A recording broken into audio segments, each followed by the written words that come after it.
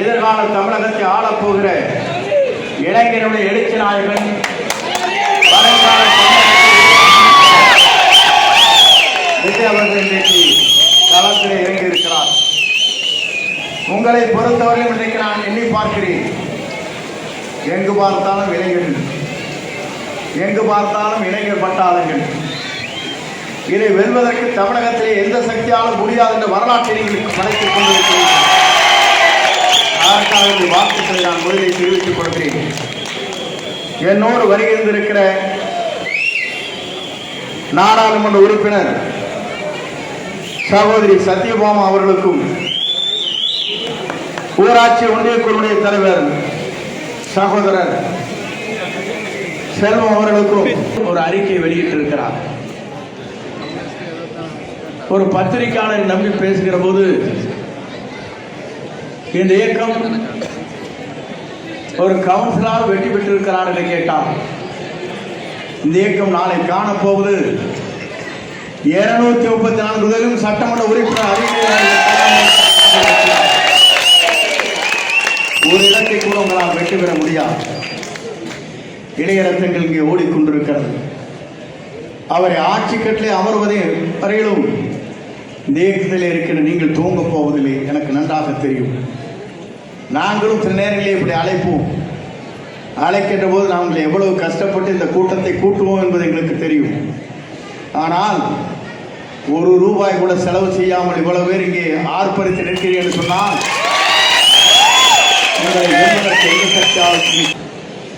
இன்று 3வது தலைமுறையாக இளைஞரின் எழுச்சி நாயகனாக வருங்கால தமிழகத்தை உருவாக்கப் போகிற ஆற்றல் மிகு சக்தியாக விஜய் வருகிறார். நான் பல இடத்திலே கேட்டேன். நான் இயக்கத்திலே இணைந்ததற்கு பிறகு அப்போது கேட்கின்ற போது ஒவ்வொருவரும் சொன்னார்கள், உங்கள் குழந்தை என்ன சொல்லுகிறது என்று நான் கேட்டேன். பத்திரிகையாளரை பார்த்து அவர் சிரித்துக் கொண்டே, நம்முடைய வெற்றி நாயகன், இளைஞரின் எழுச்சி நாயகன், அவருக்குத்தான் நாங்கள் வாக்களிக்க வேண்டும் என்று எங்கள் குழந்தைகளை எங்களை வற்புறுத்துகிறார்கள் சொன்னார். இந்த தமிழகத்தில் நம்மை எதிர்க்கின்றவர்கள், எதிர்க்கின்ற சக்தி எதுவாக இருந்தாலும் அதை வீழ்த்துகிற சக்தி நம் கையிலே இருக்கிறது என்ற வரலாற்றை நீங்கள் படைத்திட வேண்டும். நான் சொல்வதற்கு காரணம், உங்களை போன்ற ஆற்றல் மிக்க சக்திகள், உங்களை போன்ற இளைஞர்கள் எழுச்சி உணர்வோடு இங்கே இந்த இயக்கத்திற்காக தங்களை அர்ப்பணித்துக் கொண்டிருக்கிறீர்கள். பல நாட்கள் இதற்காக தியாகம் செய்திருக்கிறீர்கள். தியாகவில்லை தங்களை அர்ப்பணித்துக் கொண்டிருக்கிறீர்கள்.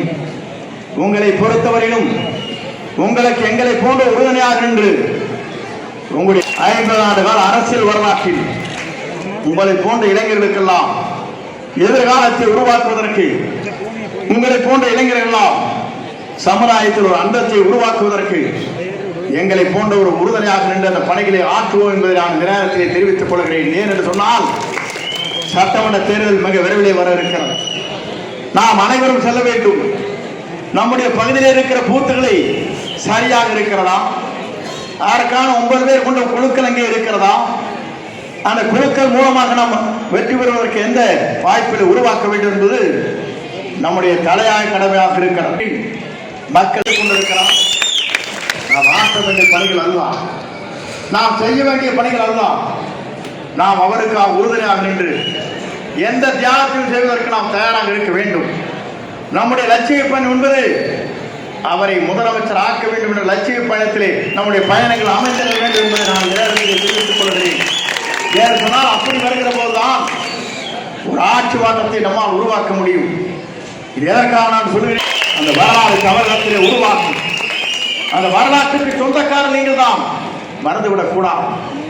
நான் எதற்காக சொல்கிறேன் சொன்னால், உங்களுடைய கண் பார்வை, நீங்கள் எந்த திசை நோக்கி செல்கிறீர்கள் அந்த திசை நோக்கி மக்கள் உங்களோடு பயணம் செய்வார்கள். மக்கள் பயணம் செய்து மட்டுமல்ல, உங்களால் இருக்கின்ற வாக்காளராக இருக்கிற இன்றைக்கு ஏறத்தாழ எல்லோரும் சொன்னார்கள், இந்த இயக்கம் எங்கே இருக்கிறது என்று கேட்டார்கள். நான் அவர்களுக்கு சொல்லுகிறேன், புரட்சி தலைவர் இந்த இயக்கத்தை உருவாக்குற போது 100 நாட்கள் தான் இந்த இயக்கம் ஓடும் என்றார்கள்.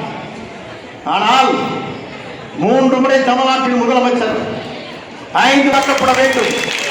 தமிழ்நாடு என்பது இந்திய நாட்டின் வரலாற்றில், தமிழகத்தின் வரலாற்றில் ஒரு தூய்மையான தமிழகத்தை உருவாக்குவதற்கு, சட்டங்கை பேணி காப்பதற்கு, அமைதி பூங்காவ தமிழகத்தை உருவாக்குவதற்கு அயரால் உழைத்து வருகிறார். அவரை வெற்றி பெற செய்வது மட்டுமல்ல, வரலாற்றை படைக்கிற தலைவராக இனி எதிர்காலத்தை உருவாக்கி காட்டும் அவர் எங்கே இருந்து சென்றார், எத்தனை தேர்தலை தோல்வி அடைந்தார் என்பது எனக்கு தெரியும். ஆனால் இன்றைக்கு அவர் சொல்லுகிறார், சவால் விடுகிறார், ஒரு வார்டில் கூட ஜெயிக்க முடியாதுங்கிறார்.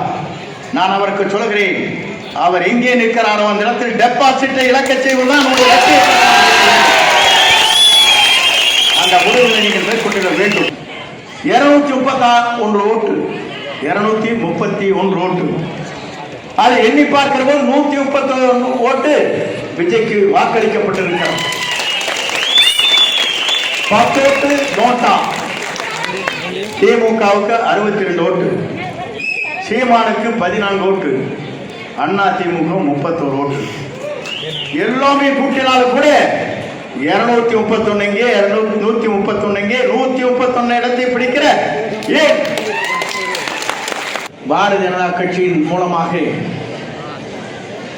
அவருடைய தலைவர் ஒரு அறிக்கை வெளியிட்டிருக்கிறார். ஒரு பத்திரிகையாளரை நம்பி பேசுகிற போது, இந்த இயக்கம்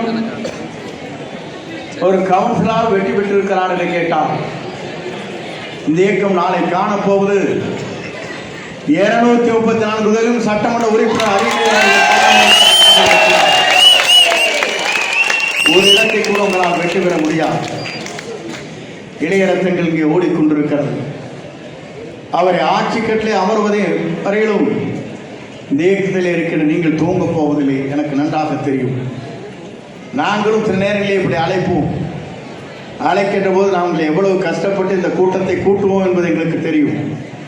ஆனால் ₹1 கூட செலவு செய்யாமல் இவ்வளவு பேர் இங்கே ஆர்ப்பரித்து நிற்கிறீர்கள் என்று சொன்னால் தமிழகத்தில் முடியாது என்பதை நான் இந்த நேரத்தை தெரிவித்துக் கொள்கிறேன். புரட்சித் தலைவர் 1900